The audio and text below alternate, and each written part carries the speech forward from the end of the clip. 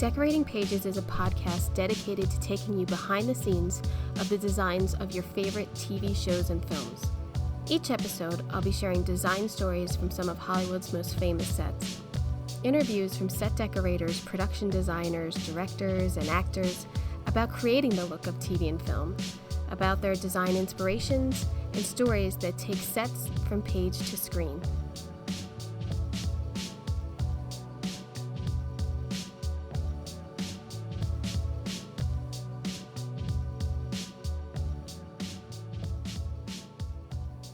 Hello, and welcome to Decorating Pages. I am your host, Kim Wanup. How are you? Everyone in LA survived the huge hurricane, the earthquake. I'm in Redondo Beach, and I actually thought that we would get hit pretty hard, and because it's windy here all the time, it was bizarre how still it was, and I know that other places in LA got pummeled and flooding and, just horrible trees down, lines down, but we were oddly fine. It was kind of like, what's going on? But I feel like they always overplay the weather here because they find it's so unpredictable, which is so weird to predict the weather here. There's that great joke in LA Story with Steve Martin where he plays a weatherman and he's like, sunny, sunny, sunny, and then it rains. Like, I don't know why. I guess it's hard to predict the weather here, but I don't know. We didn't get anything. We got rain all day, and driving around, I didn't see any flooding, so I think we lucked out. I know Palm Springs, they had a rough time, so hope everyone is okay, and your roofs aren't leaking. I think that's a lot from what I heard from a couple friends, so hopefully that's okay. The writers didn't strike yesterday, Monday, because of weather conditions, and yeah, keep everybody safe. Keep everybody at home. Why not? The strike is still going on. They've been talking. I did hear a little something that maybe they'll settle within 2 weeks with the writers. That's a glorious statement that I heard from someone. I don't know what they're basing it on. So, and someone else had told me after Labor Day. So, I don't know. I'm still thinking it's going to be the worst case scenario, but hoping that it isn't. I don't know if the actors have gone back to talk yet, so who knows. Anyway, this week I stumbled upon a auction of Hollywood memorabilia at Julian's Auction, which is online at, julianslive.com. You can register, put in all your info, and then you can bid on this. It's Legends, Hollywood, and Royalty auction, and they've got some pretty amazing stuff. They have some sketches by Edith Head, which are fantastic. Wardrobe pieces from movies, from actors, from Princess Diana. They have pieces from Wizard of Oz. They have a whole Dennis Hopper lot that they're auctioning off, a bunch of his artwork and personal items. It's from 9/6 to 9/8, so you have a little time to register, and you can start online bidding now. There's a couple things I really want to bid on. I'm not gonna lie. There was some really strange stuff too, like this. There's a piece from the musical Wicked, and it's like the scarecrow's head and the flying monkey head, which I thought was super weird. But the most, I think, disturbing thing that I saw on there was they have Sharon Tate's front door from like the house where she was murdered, and I think that that's awful, completely awful. I didn't even see if it had a bid on it yet. I was just like floored that it was actually on there. So, but other than that, there's some really cool items, so you can online bid to that. I'll post it on social and TikTok if I can remember. I don't know. What One-Up is watching, because we got time now. I said in the last podcast how I am starting up a film study series of production design nominated films. So I'm deep into that. So far, I think I've covered 5 years. So it's like 25, 28 movies I've seen with other people. I'm having special guest stars help discuss with that. It's not just me. So really excited about that series that I'll put out, I think, during the fall. And then I saw Barbie. Oh, I saw Barbie. Sarah Greenwood, production designer, decorator, Katie Spencer, and then Ashley Smonson in LA. Phenomenal job. I mean, the design is so imaginative and so creative of space and the throwback of what Barbie had and what we all played with, but, you know, making it as, I was talking with someone about the scale of things, like the scale of the milk carton that she holds, or the scale of the bed was never quite right, like if you catch that. It's just, it design-wise, I think it's just fantastic. There are just so many little tidbits in the movie that I just loved. I think Ryan Gosling should get every award, even over Oppenheimer. He is at a perfect 10 in every scene. He gives it his all, as usual. And if he doesn't win, I'm shutting it down. So I just think he was fantastic, and how kind of like embarrassing the role is in a weird sense. But man, he just nailed it. I just have to give every accolade to that of just going for it. I loved him. Margot Robbie is perfect as Barbie. She's beautiful. The costumes are amazing. The color palette for everything is fantastic. So everything but the story for me was a little, beat you over your head with, like, the suffrage of women or something. Like, I get it. And I'm glad that is out there. And honestly, I don't know what age you introduce this movie, because you don't want to put that into girls so young. I don't know. I guess I don't have girls, so I don't have to think about it. But other than that, I loved it. I just thought it was a great movie and fun, and I laughed out loud a bunch of times. When they're on the beach singing Creed, was it Creed or... Oh no, it's Matchbox 20. Oh my God. It's Matchbox 20, I Want to Push You Around. And the lyrics to the song all of a sudden make a lot more sense. But yeah, loved it. In my movie club, that I'm also helped start, and with a bunch of friends in the industry, I watched Stand By Me. God, I love that movie. That movie, now again, like at an age, I think I was 10 or 11 when it came out, maybe, like formative ages, and watching other kids my age, but in a different period, just such a great movie.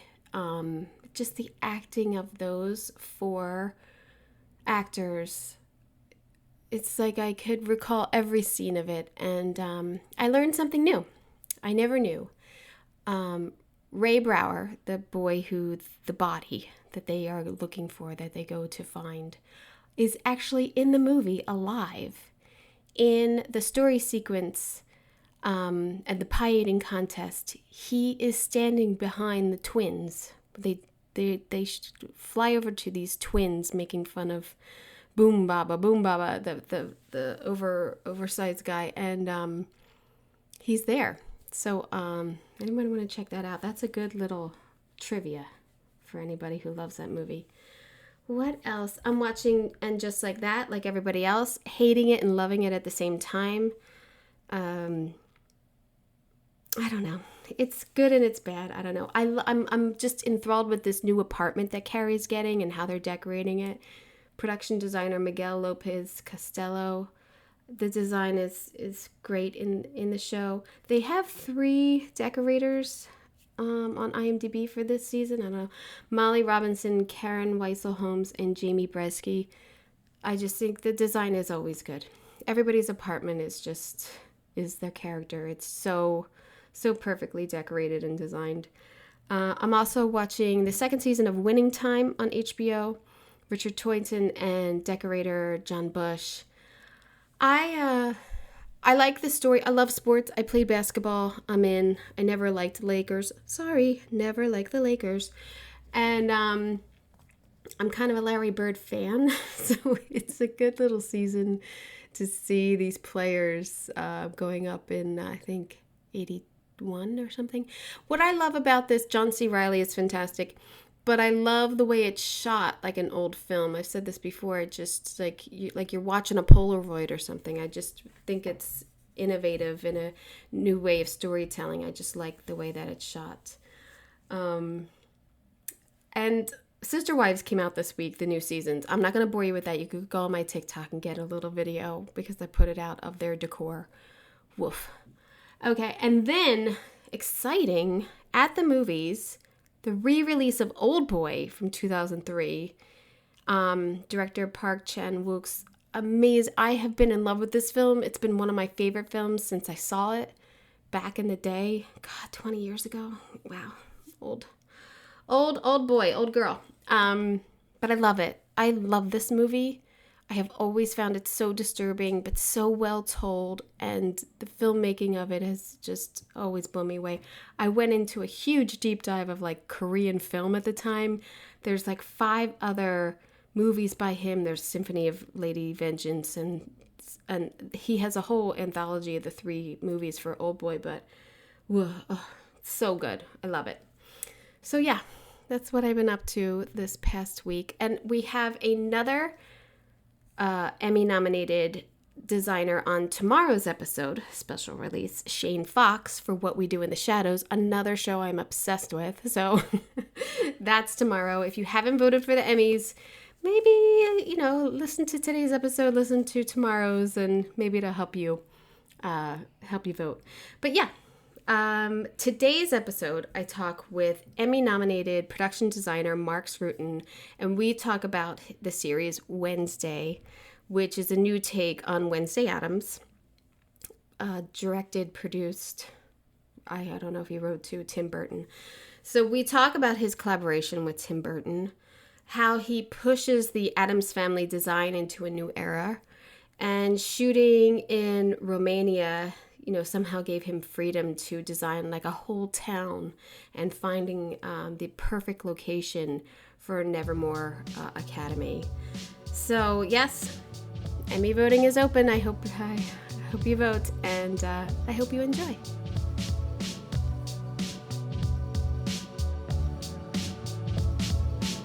Lady tomorrow. Yeah, exactly. But then you have to pay the bills, and then it's yes.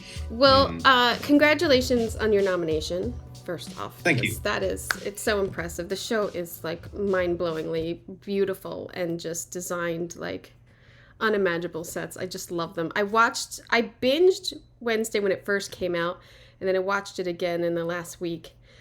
And I just keep thinking of, man, how many stages did they have? They have so many sets each episode. Not enough stages is the answer to that. Not enough. Did you have to take down and build and put back and like do that game? In the end, we did. I mean, it was tricky. Tim likes to build. He doesn't like to go out much. He likes to build and create his own worlds. And we had to leave the studio for certain things, but he was much happier when we were building stuff on the stages.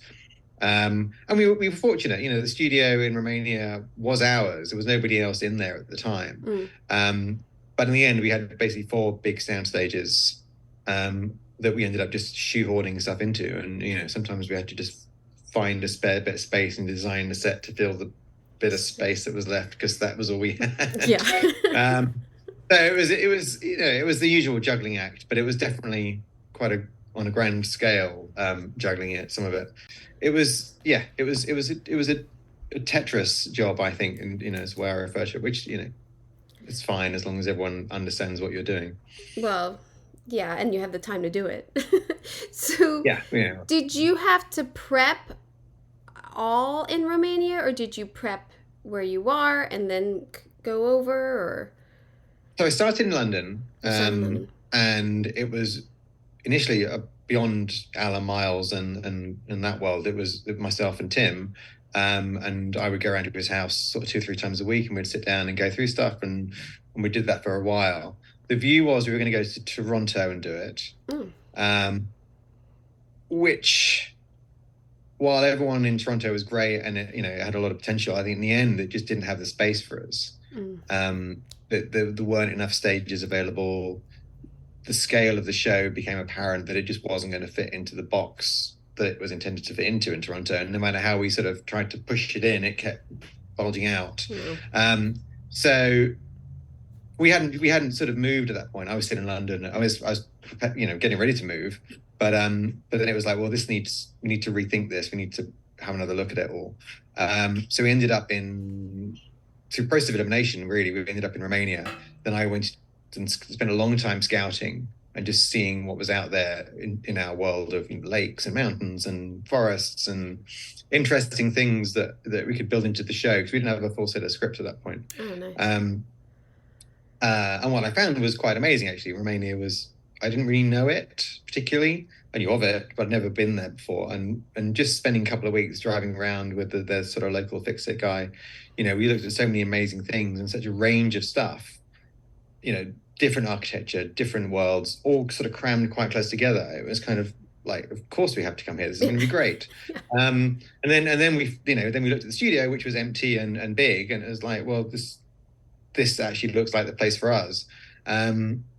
We still did a lot of sort of digging around to try and find out how we would structure it there, because it's not, it has a film industry, but it's not a big industry. Yeah. And the sort of scale of what we were trying to do and the level of detail we wanted, meant we had to find the right people to do it, which in itself was a bit of a challenge. And we ended up putting whole departments together with people that had largely left the industry, because there wasn't an industry to support them, like the sculptors and the plasterers. Yeah, that's what I was going to ask. Certainly the plastering department. There hadn't been a film there for a while that needed a full-scale plaster department, and most of the plasterers had gone off to other things. And we had to sort of pull everybody back in. Right. Come back in, and then please. it was interesting. It was like putting the band back together almost, and I think everyone was very excited by that, because I think a lot of people that were not despondent about the industry, but just a bit fed up with the way it was going, I think we're really excited by reviving the crafts. And and I don't mean that in a condescending way. I just think there was a genuine excitement through the whole sort of creative industry about what we were doing, because it was really giving them the space to sort of flex their muscles again, which they hadn't had for a while, which was great. Yeah, it's whimsical when people get to do that creativity and that whimsical stuff, and like it really just makes you want to work. It makes you want to be a part of it. And you feed off it as well. Yeah. You get this vibe off of them, and it drives you forward, which is a really nice thing to do. Because I've been quite nervous about it. I was like, can we pull this off? Well, yeah. There's not a track record of shows like this being done there. Can we do it? And actually, yes, we can, and yes, we could. And it was, not without its stress, but no show is these days. Did they have that little town, or did you build some of that too? No, it was all built. That was built. All built for you. Yeah. So wow. So in Toronto, it was like, that was the one thing that was a tick. Can we find a small American town that we can dress and bit of jiggery pokery and make it ours? And probably, we looked at quite a few actually, and having said that, we were struggling to get Tim to like any of them. And even the ones that I thought might work, Tim was sort of a bit kind of like, this is, it doesn't like, once he's got ideas in his head, he's not big on changing them. So if things weren't in the right place, right, it would really not work. And you're like, well, we could move it. It's like, no, because, and it was, you could see it like, no, this needs to be there because of this, that. And you're like, okay, fine, we'll try again. Yeah. When we pivoted, it was like, well, one thing we haven't got in Romania is an American town, or anything even remotely resembling an American town. I would assume not. Nothing, they'd built the occasional other house for other American shows that had been there, but they were sort of falling down and, overrun with weeds. And it was like, well, this isn't going to work. We need our own town, and everything with it. So what was great was we could literally sit down with a blank piece of paper and say, right, so this is Kinbots, this is the weather vane, this is the antique shop, this is the town hall, this is where the police station is. In episode 6, she goes from there to there, and she needs to be able to see this from this, and she needs to be in the weather vane when there's a car crash. She needs to be able to see that, so the junction needs to be, all these things, and put it all out on paper and say, right, this is the town we want to build. And there was, luckily for us, there was a lot of land sort of going begging around the studio complex just outside the gate. So we rented a huge field, basically, which was a sort of a semi-swamp wasteland, and built our town. We had to put down a membrane because it was massively wet. So we put down a huge membrane, put down a sort of hardcore top surface, and built the town. And we built it pretty much in composite. There was no real CG top up. I think there was one shot where they go much wider and you see more town, and then it was CG extended. But we built everything. Wow. The roofs, everything was built for real because we were there so much. If it had always been a CG top up, it would have always, it'd always been a big expense to go there, and we didn't want to invest so much money that people didn't go there. If you see what I mean. Well, yeah. So we built a lot, which was a challenge. That's fantastic though, to have the freedom to do it. When you if you're shooting at a backlot, you're like, oh, but then that wide reveals over here, and that's not going to work. So the creativity going into building that, it's a lot of work, but that's fantastic. It was a gift in many ways. I had 13 weeks of sleepless nights. Yeah. But from a creative point of view and from a design point of view, it was an absolute gift. Here's a piece of land, build a town on it. All right, great. So was it hard to find a castle, or because that Gothic revival type style and tying that in, was it hard to find that there? I mean, I looked at a lot. There's a lot of castles in Romania. Yeah, that's what I was thinking. I mean, there's probably a lot, but did it work? Was it near you? Did you have to keep going there? I mean, I looked at a lot. I spent a lot of time driving around the mountains in Transylvania and around there, which was kind of cool in itself. Yeah.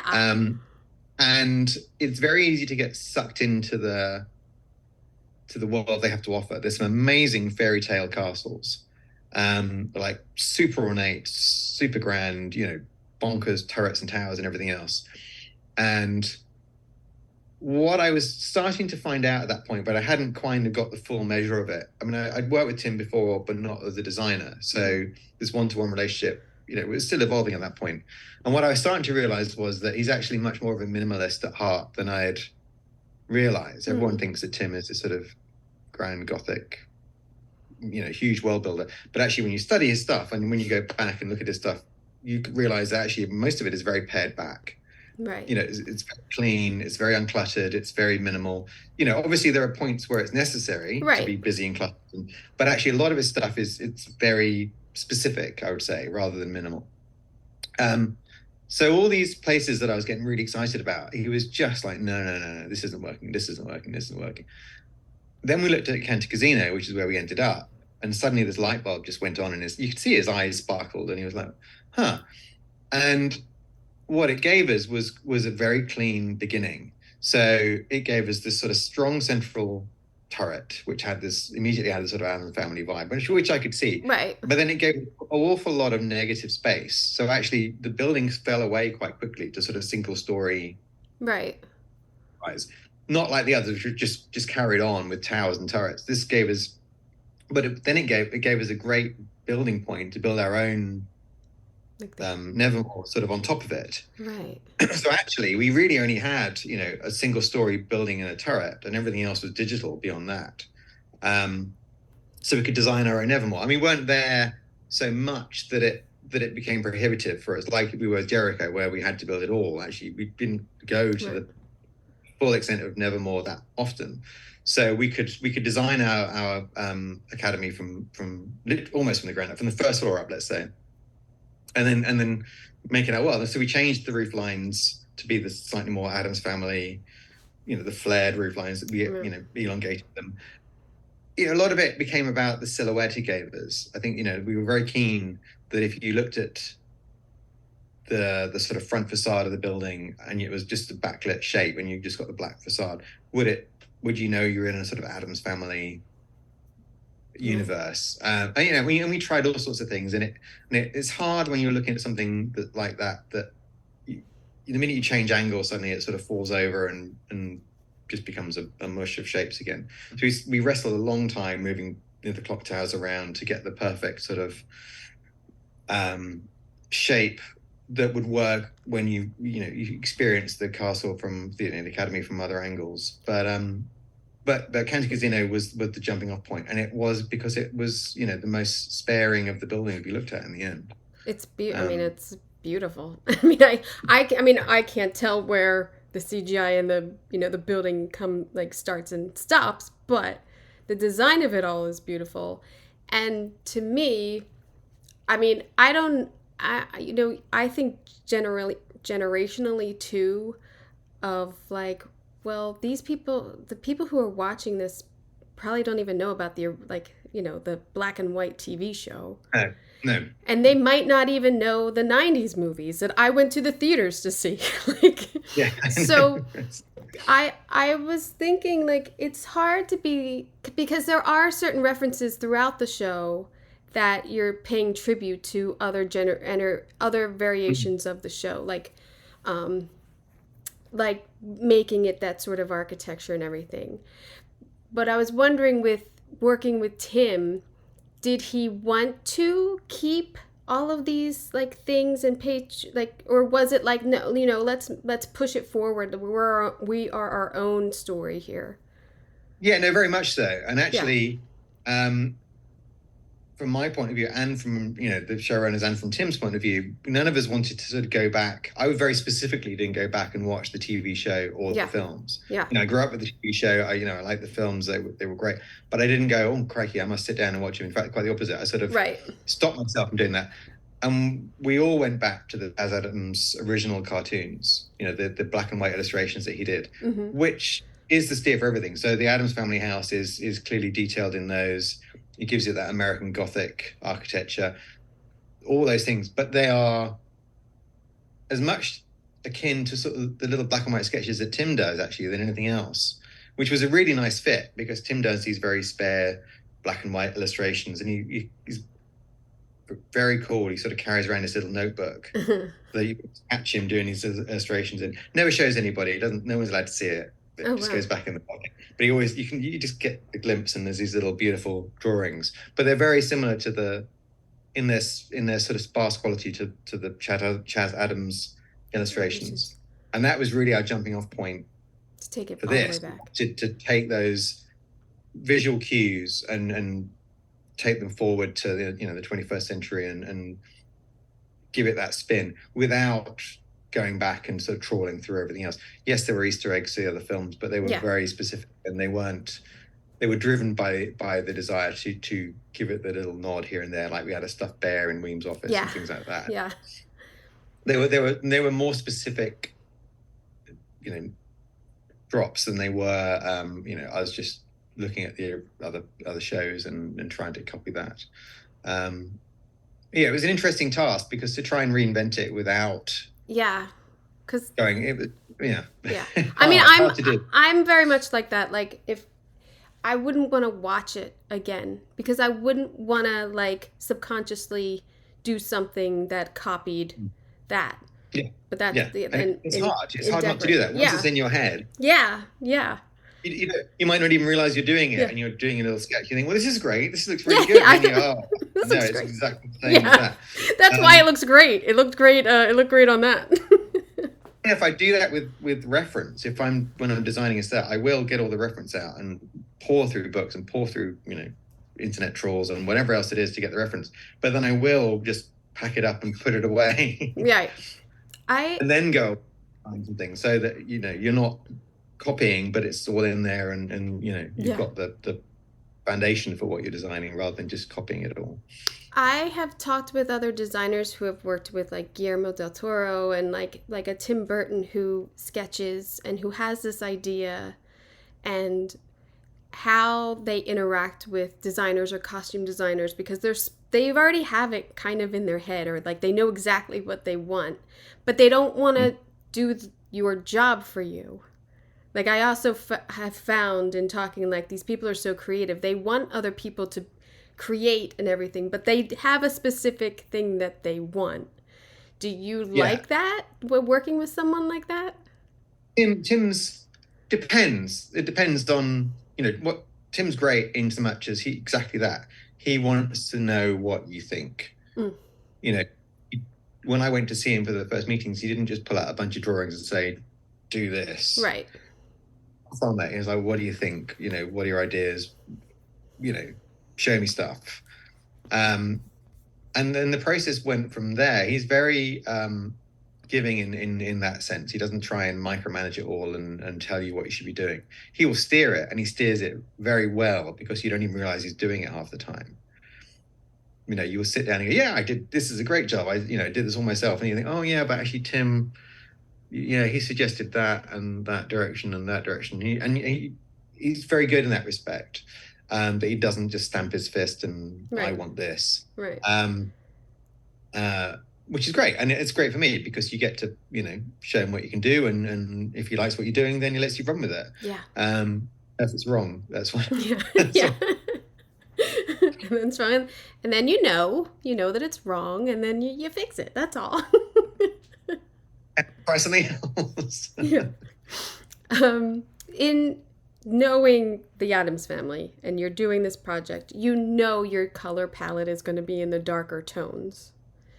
And for me, watching it even again, you have the darker tones, which are lit beautifully to make them look dark. And then you have dark wardrobe on your number one. Like, was there a lot of conversation about this could go black and we want this in shadow, but the walls are gray? Like in her phenomenal, dorm room with that window and everything, you gave such opportunity to be backlit or to be in shadow. Like, was that a big part of, a lot of conversations? Yeah, I think we definitely wanted to use shadow, and we gave them options so you could backlit or sidelight, or, you could, I think the set had upwards of 90 practicals in there as well. So you could change the mood, all over the place, from bright and exciting to very dark and moody. But nothing in her space was actually black out of a can, as I would say. It was all everything was we finished everything ourselves. Whatever we got, we took it into the paint shop and we worked on it. But we always tried to keep, and Tim was very specific about this as well, we always tried to keep the history and the patina and the underlying colors of whatever it was. So like her desk, which we got in London, which Rob Hepburn, my decorator, found, had this really shape, very elegant, very simple, beautiful shape to it. It wasn't over fussy. It was just had this great sort of bellied top to the drawers, and just very well proportioned thing. But it was this very sort of red mahogany. So we spent a lot of time working on the sort of the inside right-hand cheek, just trying to find out how we could treat this desk to get it to the world where it was, a dark sort of monochrome tone, and still feel the wood underneath, and still feel the history of the piece. We don't want to just bevel sand it down and refinish it. And as it was same with everything, same with the cello, same with all the props in there. They were all very carefully treated so that they became this sort of very darker, more monochrome tones, but still maintained their original qualities. And went right down to the rugs. You had this great sort of rug and a throw on a bed, which were made by local craftspeople in Romania, that when we got them were very colourful. And we slowly dipped up them, incrementally, see at which point they went sort of greys and blacks, but you could still just see the colour under the surface if you looked enough. And then you think, well, that's still quite colourful. Then you flip it over and look at what it was before. You're like, oh, crikey, okay, yeah. So it was quite a long process. We were privileged again to have really good technicians in Romania that understood what we were trying to do and actually had the time and the patience to do it. But yeah, no, if you looked at every single piece, you could still see what it was originally. It was never just, in black and that's that. It's always hard when you buy, for example, I bought a piano once at somebody's house, and it was like their grandmother's piano, but it was like, cheap, and I needed a piano, and I was like, oh, I'm going to buy this. And they're like, yeah, I grew up, learned how to play on this and everything. I was like, oh yeah, it's beautiful. And then I was like, all right, we got to blow it up. Like, yes, I seem to have been there a couple of times when people are giving you their prize antiques, and you're like, yeah, yes. We're not really going to blow that up. Yeah. We had that with the Addams Family limo. Oh, you had it made, right? That started off as a really beautiful vintage car that we bought. Collector, he was like, oh, she's beautiful, take good care of her. I'm like, As the angle grinder comes out and sort of cuts it in half. Yeah. It's not for this show. No. Don't watch this. It's not for this.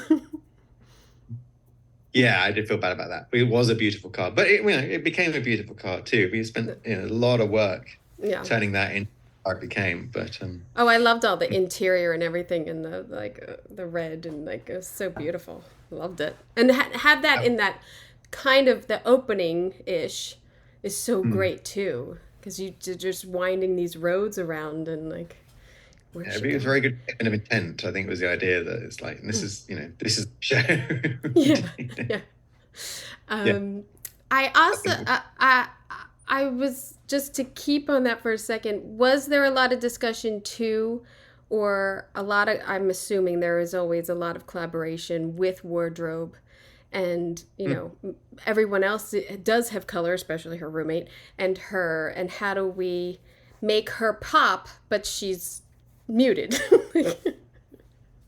It was interesting because we were never for a lot of the prep, none of us were in the same country, so it was quite, and Colleen was off in LA and I was in London, and in the mountains in Romania a lot of the time, and it was tricky. The constant again in all this was actually Tim.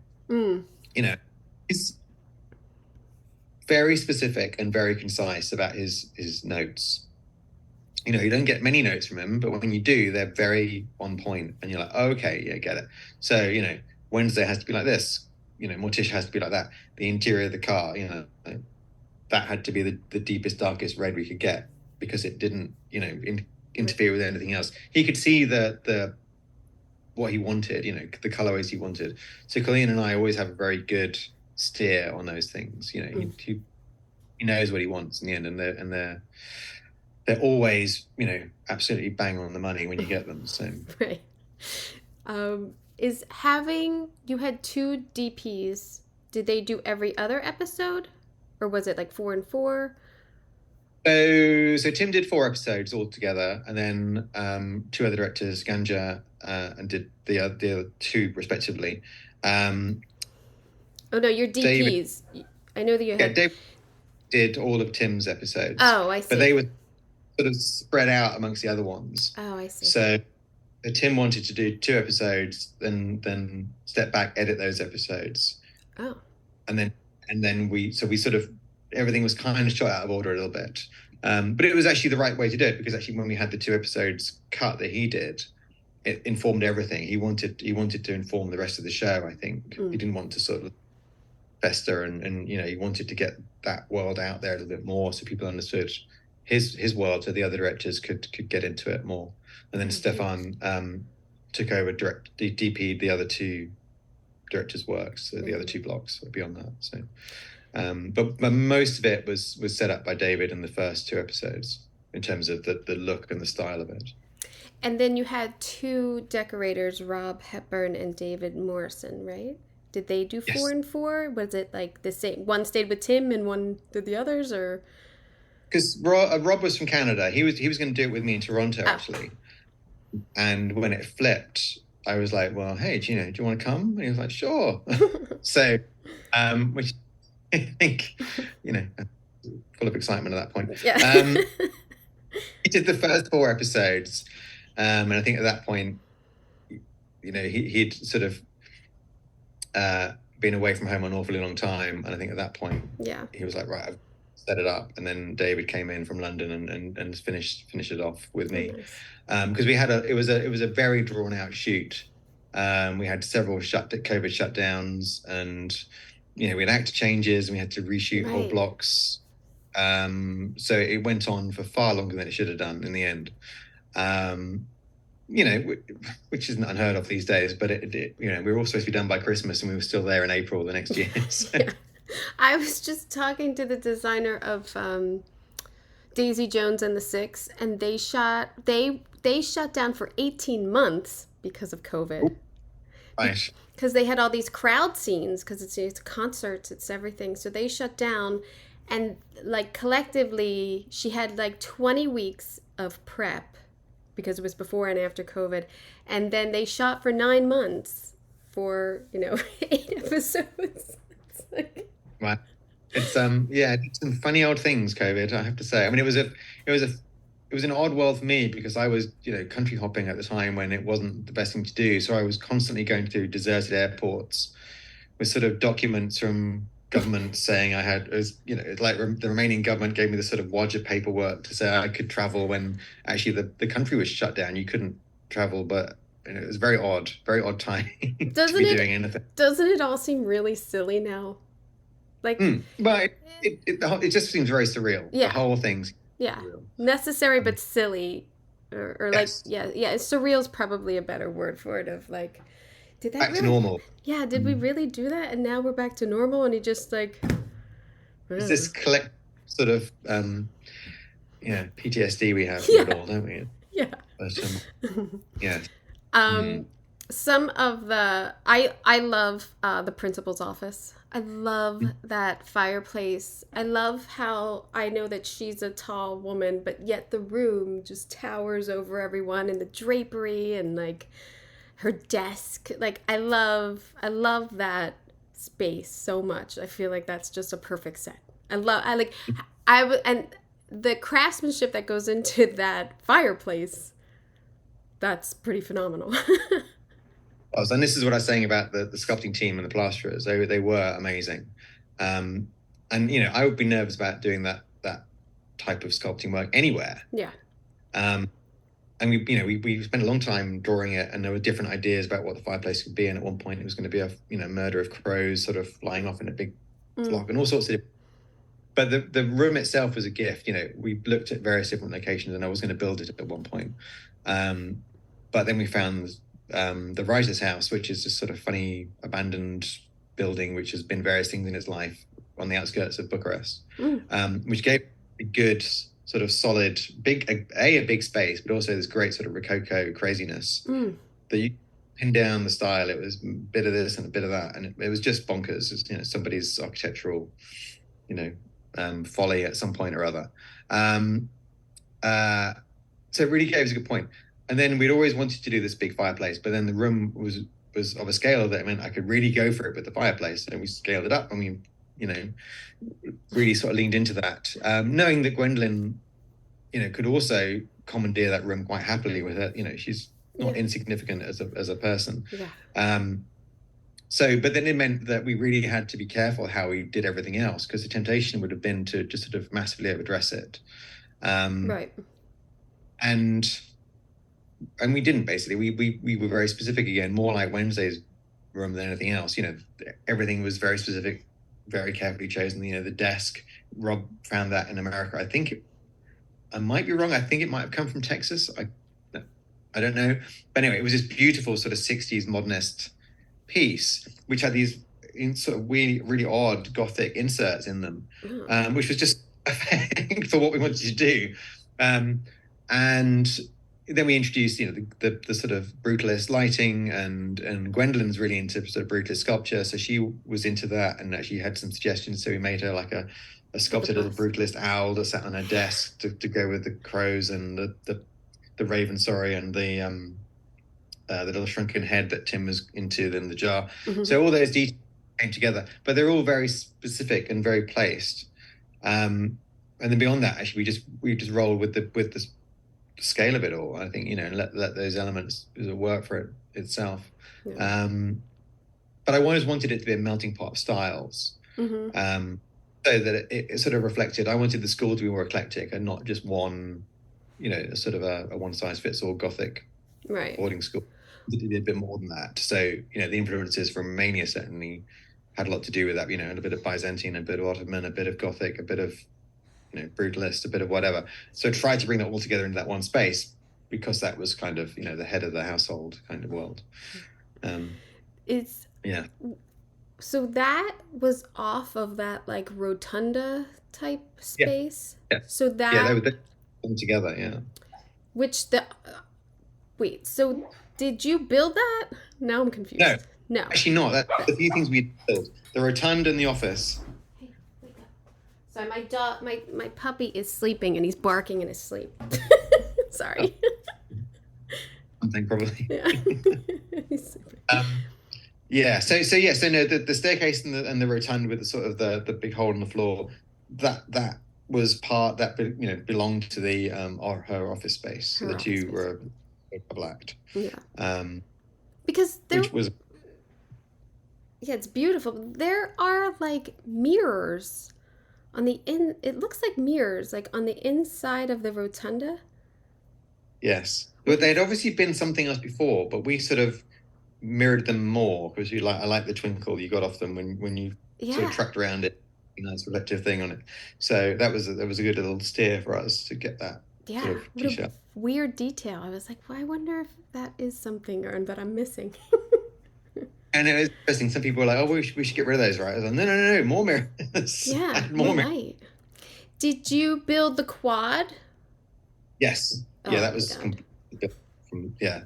I mean, it was that was a nuisance, that set, from the beginning, because it was always scripted as a quad, and there was constant references to the quad and the Pentagon. Was like, exactly, and it's like we kept drawing these rectangular spaces, and they were always really boring. And nobody was really warming to them, myself included. I was going like, this is, we've seen this 100 times, and then the showrunners were like, we're not going to get upset if it's not a quad. Thank you. So, it's suddenly it's amazing how you can sort of go down that rabbit hole and get stuck. Yeah. And then all you need someone to say, don't do that. Yeah. Forget that detail. And then you're like, oh, okay, fine. And then we sort of really got into some interesting things coming out. And then we started, I started to introduce the sort of Ottoman arches, which started to look like, gaping mouths. And then we went into that. And then it started to be something far more interesting than we had. So yes, evolution is always a good thing on these things. It's always like there could be one word in a description that could cost you $100,000. Yes, we're saying that, but it was a good 100,000, and the rest. But that again, that was another set where you had to sort of try and pre-plan it. We knew there was a spy sequence at the end with the tree burning, and sort of trying to build that into it. Did you build the fencing practice room? No, we didn't. No, that was part of a military academy in Romania. Oh. Wow. And it was absolutely stunning. Yeah. And we were looking. Also, we did a big round of scouts through Bucharest and everything else, looked at all sorts of places, and we all walked in and were like, okay, this is it, fine, take. It was just so stunning. I mean, it's funny. It's in my head, it's quite incongruous to the rest of the academy, but we didn't care. It was kind of like none of us could argue against the fact that it was just such a stunning space, and the statues and the way it was just, we knew, you just couldn't argue with it. It's like, it has to be here. This is going to be amazing. It's beautiful. I'm assuming you built the secret society room down the staircase in the building. That was all built, and I love the flooring. Again, the craftsmanship on the show was amazing. That was all hand painted. It wasn't printed or anything. It was all, we had a guy working for it. Weeks, painting it all and tinting it all and getting it just right. It was great. Yeah. The also the lighting in that room and how like integrated into the walls, but yet like overhead, but it's still like dark and creepy. That's all. It's so beautiful. Yeah, no, it was good. I mean, that was the one set where there was a big idea, if you want to call it that, which actually they got sort of canned right on day one. Which in my original designs, that set was meant to be underneath the pond in the and we'd built it and the top light was actually a tank, and it had water in it. Mm. And it was lit. You got this beautiful Ripley effect coming into the space, as if they were, because it made sense. She went through the right. post down and underneath, and that was the idea. And then literally on day one, it was all set up and it was looking beautiful. And then Tim walked in and went, no. And we drained the water and never spoke of it again. So, but that, I think it's one of those things. It goes back to me saying, how Tim likes things to be very precise and very spare. Yeah. It was just a step of detail too much for him. And it was funny because when it went, when I got rid of, my own kind of, yeah. Actually, I looked at it, I was like, yeah, it's probably right. That was probably the right thing to do. Actually, it was getting too fussy and too complicated, and too much information, and we just moved on from it. But it's hard to let go. Yeah. It's hard to let go. Like when someone comes in, they're like, it's just too many pillows, and you're like, what? It's just enough pillows. Nice over those pillows. Yeah, I beg to differ. Were there any special builds for Thing? Oh, Thing, bless him. Thing was another whole, it's one of these many things that you forget about and you go, oh yeah, Thing. Mm-hmm. He was going to be much more CG than he was. He was going to be a CG character with occasionally having an actor, on set for a bit of reaction. And then again, very quickly, we realized that Tim was not going to have that at all. He wanted a real actor the whole time and somebody that could give a real performance. He had the guy. You had the same guy, right? Victor Dorobanti, who was a magician. He was a magician, very good at card tricks, which Tim loved because it meant he was really good with his hands, which is perfect. And they auditioned lots of hands. There were lots of people auditioned. But yeah, this goes back to Tim's core belief that to do as much for real as possible, as much in camera and real people with real emotions, and he's very, very keen on that above all else.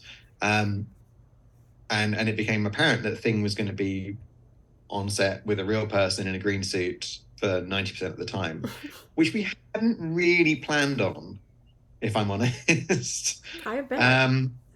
So we very quickly had to adapt and run with the fact that suddenly actually we were going to have to hide this actor in all these places which weren't really designed to hide an actor. So suddenly we were building multiple desks, multiple beds,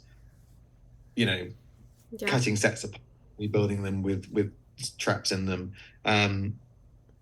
which, we had just about enough time to do that, but it was definitely a slight kind of red light moment where it's like, okay, fine, we need 2 more desks, and we need a desk that's only this half and a desk that's only this half, and a bed with a false bottom so we can hide him underneath it, and so obviously once we got into the series, we knew about it and we could roll with it, and then we can much more thought through about how we were going to do it. But initially it was like it was a definite moment, like, oh right, oh, he's going to be here all the time. Okay, good. It's like every time you see like Thing in the script, you're like, oh, oh, there he is again. There he is. Shit. I mean, he's still showed 90% of the time. Yeah. So. I have done proms and everything, and whenever you do like a high school prom or anything, you're just taken back to like, okay, well, what was ours like, or what have I seen in other movies? And this one, I've never seen anything like it. Like, it was fantastic. I wanted to go to there. Sort of blessed by the fact that from that point of view that I'm not American, so the prom isn't such a big thing in England. We had proms, but they're not on the level that happens. So I had the privilege or whatever, the benefit of being able to step back and look at it slightly more holistically. But it was always meant to be this sort of slightly otherworldly, it's never more, it was meant to be extraordinary. Yeah. But it was an interesting one. It took place in this space that we hadn't really built. The ballroom of Nevermore Academy, which only featured in that episode. And it was like, well, we haven't got the money to build it. We were looking at locations, which strangely were much harder to find than we thought. and even harder to find ones that would let us do the whole blood rain gag. Like, well, how do we do this? And we were just starting to find. We found a location which kind of worked, but then nobody could quite figure out how we were going to do the gag properly. And Tim again wanted it to be real. He wanted it, the full Monty. It wasn't like we'll do the elements later and we'll just throw some red paint at people, or he wanted the whole place to be flooded. And it was like, okay, and then thing with it, it's like, well, how the hell do we do this? And you get that sort of, when you sat there like drawing and thinking and trying to figure it out. And then I realized most of the references I was looking at that I pulled for the ball, you couldn't tell what the architecture was at all. You couldn't see it. It wasn't. Couldn't tell you that was in that space or that was in that space. And I was like, this is stupid. Why are we trying to find a grand ballroom when we don't need a grand ballroom? And I wandered down to one of our stages and was like, well, actually, if we push that out of the way and we get rid of that and that's far enough back, you can carve out a space big enough that would be a ballroom. Mm-hmm. Very handily, it's on top of a pre-existing tank that's already there, water tank. Genius. And I said, we could do it with drapes and lighting and sculpted elements and chandeliers, and we can bring all the pieces to it, but we don't need to build a ballroom. And suddenly, again, that was like, oh, that was the magic bullet that solved the problem, because then actually we had the full flexibility of being on the stage. And as it turns out, thank God we did, because the special effects input into that set was phenomenal. I bet. To get with the sky on cue was insane, and we couldn't have done it. If we'd done it on sort of persevered with the location, it would have been a nightmare and probably wouldn't have been anywhere near as good. But it was, you would have had a big location fee, I'll tell you that. Or a very rubbish scene. We'd have either not been able to do it, to that effect, but it was, thank God we did it that way. But it was it was one of those funny sets there where people kept saying, so how long for take two? And you kept having to say, no, imagine we're blowing the set up.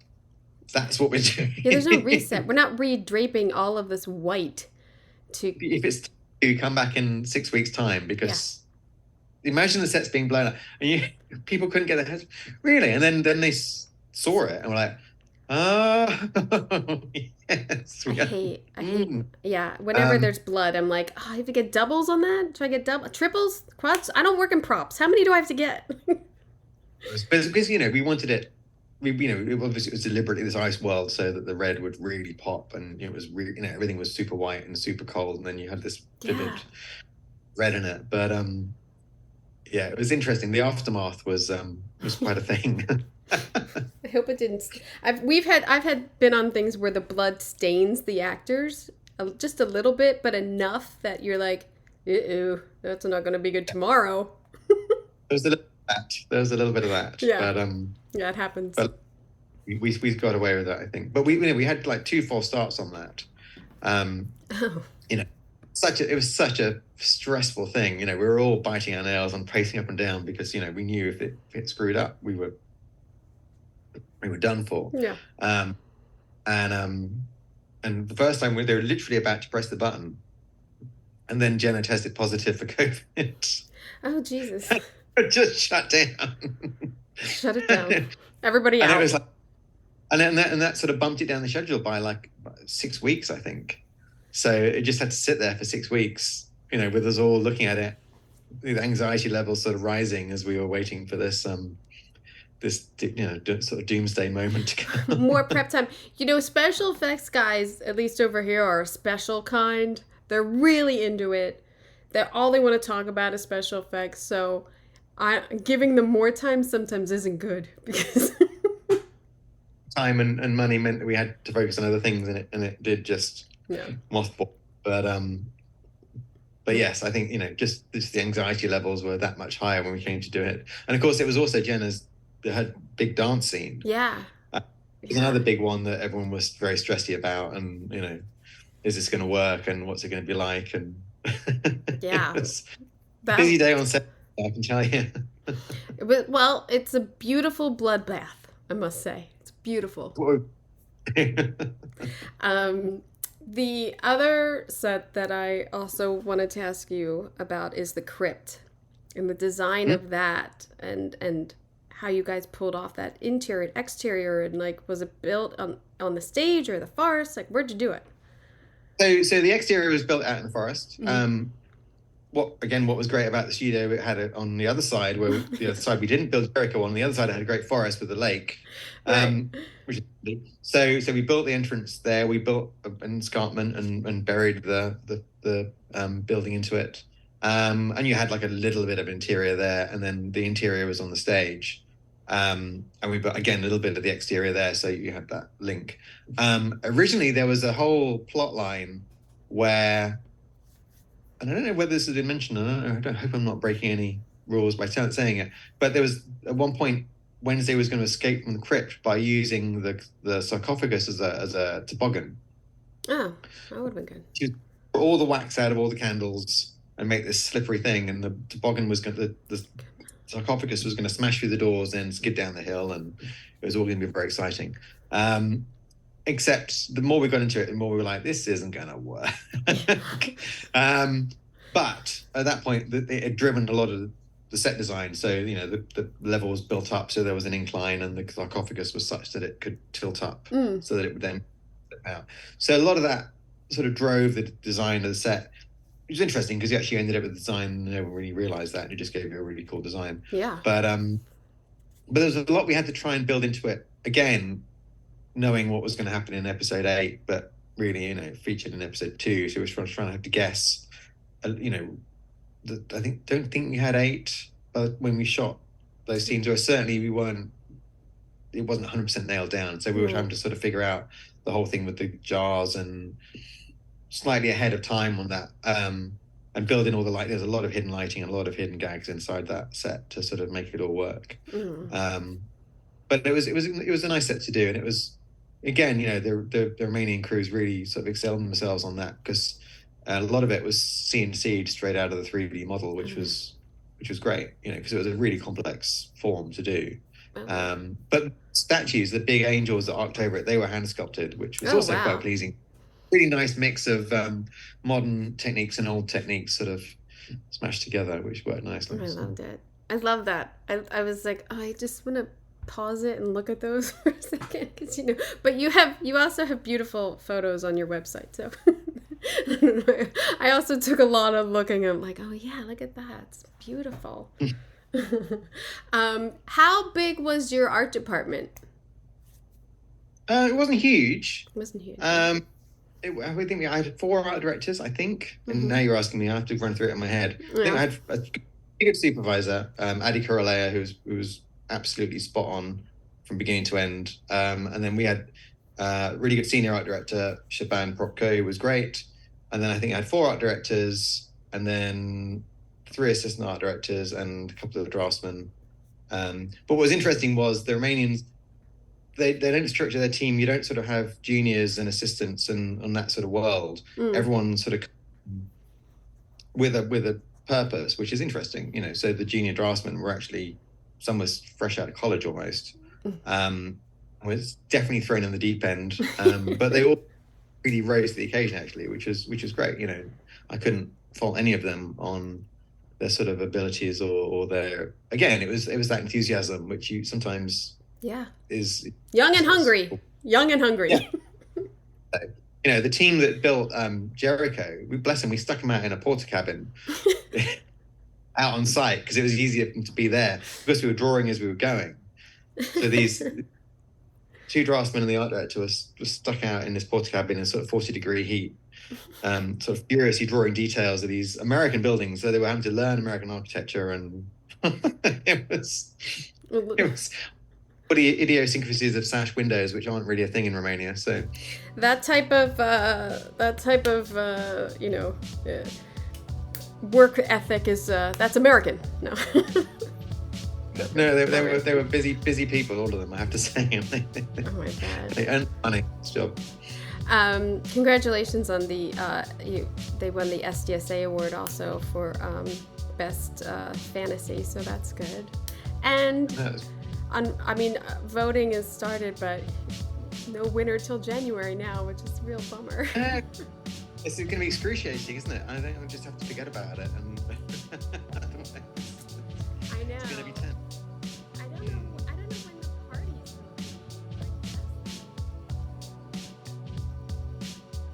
going. Mark was so kind to give me that time to talk to me.